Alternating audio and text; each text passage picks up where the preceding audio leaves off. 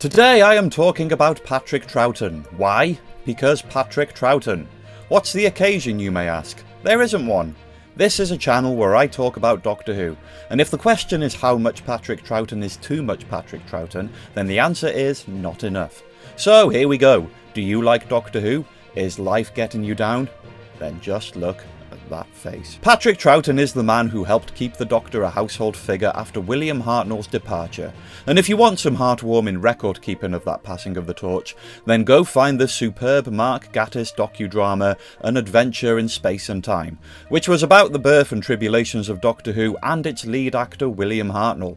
As Hartnell's time comes to an end, there is a lovely moment where he hands the role over to a fresh-faced Troughton, played flawlessly by my second favourite Patrick Troughton after Patrick Troughton, Reece Shearsmith. Reece Shearsmith, when he's not breaking the fourth wall and crumbling into a big pile of eye bogies, managed to portray a fantastic and humble rendition of Troughton, even though he was only on screen for a fleeting exchange of dialogue. And humble the real-life Troughton did indeed seem.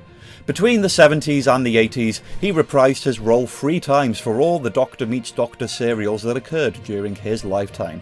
He appeared to have an unending respect for his fanbase, and showed up to conventions right up until the night before his sad and untimely passing in 1987. He and John Pertwee were good friends, and used to rip the absolute mickey out of each other publicly at every available opportunity. Troughton's legacy in Doctor Who really projected a kind of feel-good quality. His run in Doctor Who contained 3 seasons, starting in 1966 and ending in 1969. It featured some very chunky stories, and a wealth of essential additions to long-term Doctor Who lore. 3 different incarnations of Cybermen, the debut of the Ice Warriors and the Yeti, the introduction of Unit and Brigadier, robots, mind games, doppelgangers, that thing.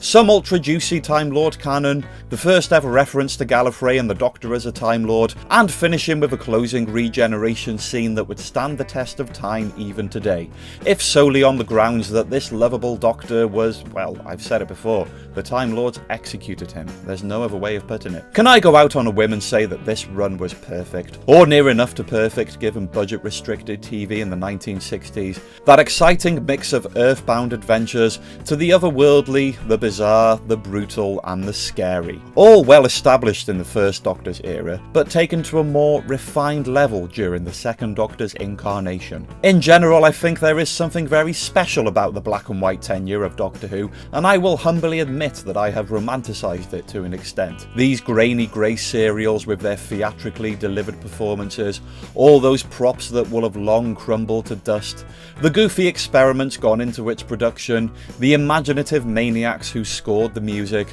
I know it was all made by humans in a studio just like today's product, but in my mind the passage of time has delivered an air of mystique, some of which has literally been lost in the archives.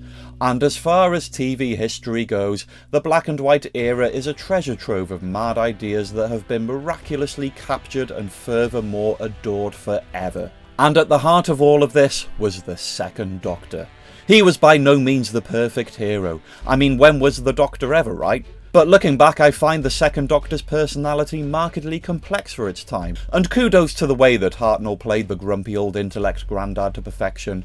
But this time around the range was a little more intricate, a real game of 2 halves. The second Doctor was inquisitive, he was cunning, he was wise and he was brave, he was friendly and playful, defiant and deceptive, but he was also anxious, discombobulated, flustered and hot-headed.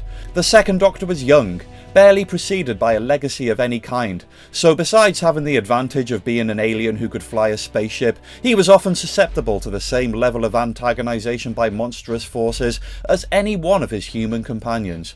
And if you were a kid watching this, that element turned the level of adventurousness up to 11. He wouldn't just walk on set and solve everybody's problems. Being the Doctor was a tough gig.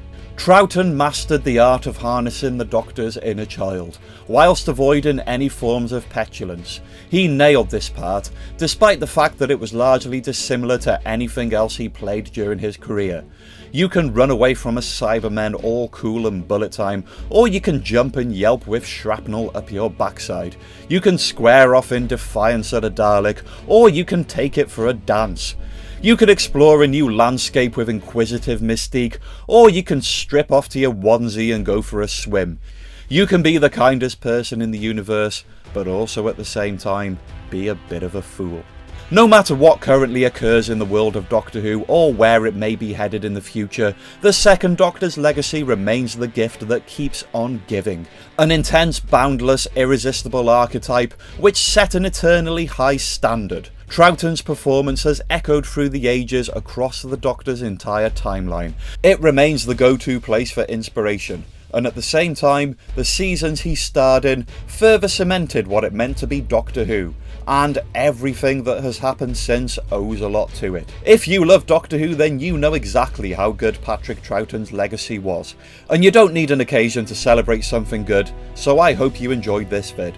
I would like you to bombard the comments section with your favourite Patrick Troughton Doctor Who moments, and don't forget to hit subscribe along the way. Have a good one.